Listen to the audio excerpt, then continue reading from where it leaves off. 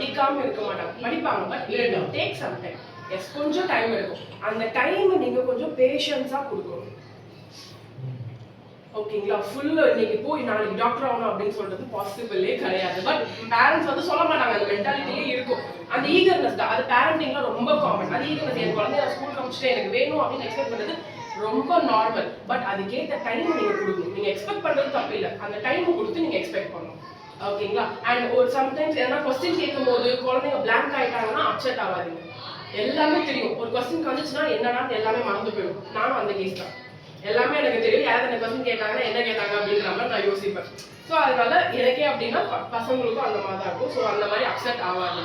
Okay, உங்களுக்கு எதனா issues, queries, doubts எது இருந்தாலுமே ப்ரோக்ராம் எண்டில் உங்களுக்குன்னு பர்டிகுலர் டைம் கொடுத்துருவோம். அந்த டைம்ல நீங்கள் எது வேணாலும் நீங்கள் ஆஸ்க் பண்ணிக்கலாம். என்ன கொஸ்டின்ஸ், குவரிஸ், டவுட்ஸ், இஷ்யூஸ் எதுவாக இருந்தாலும் நீங்கள் ஷேர் பண்ணலாம்.